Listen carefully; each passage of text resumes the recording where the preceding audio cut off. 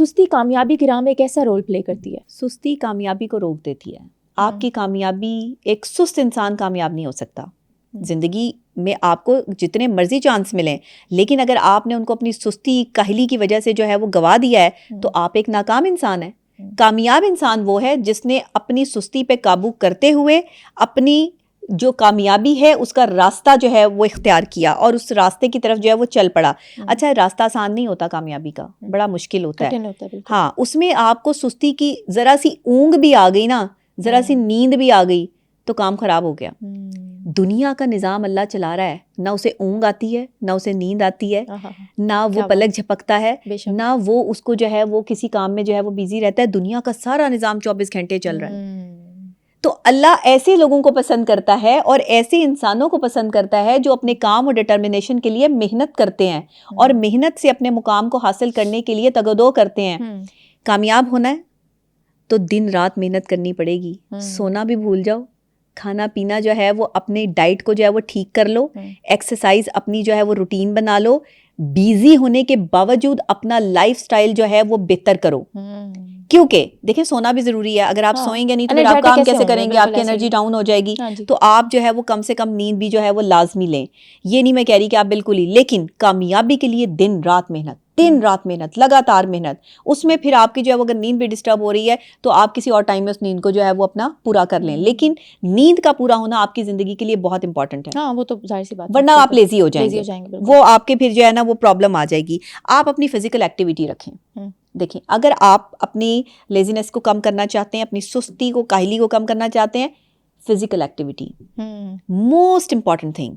अगर आपकी physical activity सिफर है, आप बेड से उतर के बेड पे ही चढ़ के खाने भी उधर ही खा रहे हो, उधर ही बैठे हैं, उधर टीवी देख रहे हैं। देखती हूँ लड़कियां लड़के हॉस्टल की ऐसी जिंदगी गुजारते हैं, ऐसे रात को सोते हैं, खा पी के बेड पे वहीं पे उठते हैं, मुंह हाथ धोते हैं, कॉलेज जाते हैं, वापस आ जाते हैं, हॉस्टल बेस होते हैं, ऐसी जिंदगी चल रही है। बेड पे खाना खाने से रिस्क में कमी आती है।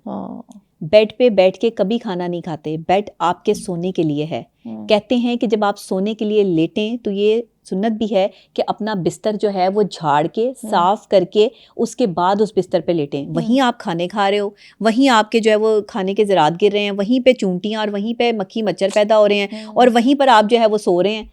तो आप तो मतलब गंदगी खुद ब खुद क्रिएट कर रहे हो ना। आपने तो नहुसत अपने घर में खुद ब खुद क्रिएट कर ली।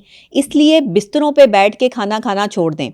एक तो घर से रिस्क की कमी होना शुरू हो जाती है, दूसरे साइकोलॉजिकली आप जो है वो परेशान रहना शुरू कर देते हैं, आपको समझ भी नहीं आती क्या ये हो क्या रहा है मेरे साथ।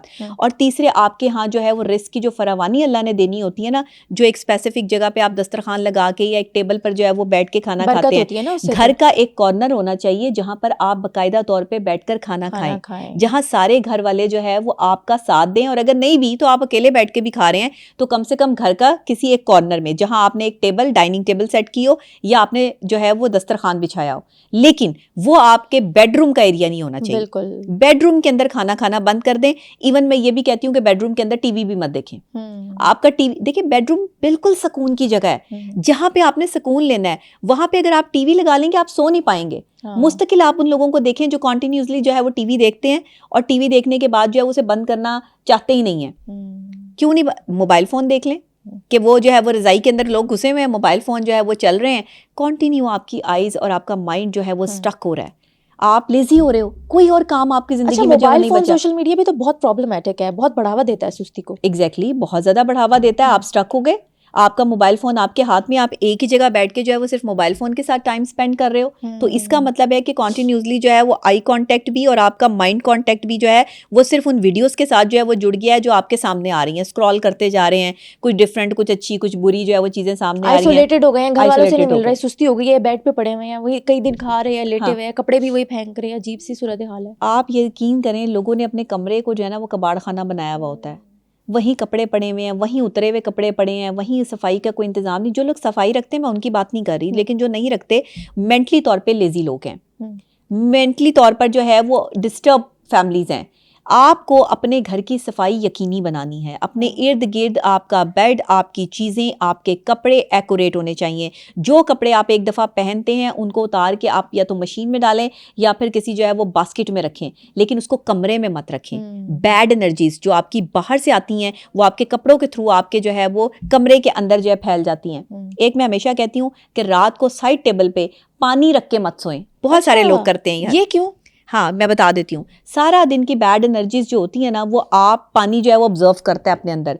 पानी जहाँ जिस जगह करीब होगा ना वहां पर ईवल आई नहीं होगी। अच्छा, ठीक है, वो उसको जो है वो ऑब्जर्व करेगा पानी, क्योंकि शैतान जो है वो आग से बना है। अच्छा, एक जो जिन्नात हैं वो आग से बने हैं, आग के शरारे से बने हैं। तो आग का शरारा वहां कभी भी काम नहीं करेगा जहां पानी मौजूद होगा।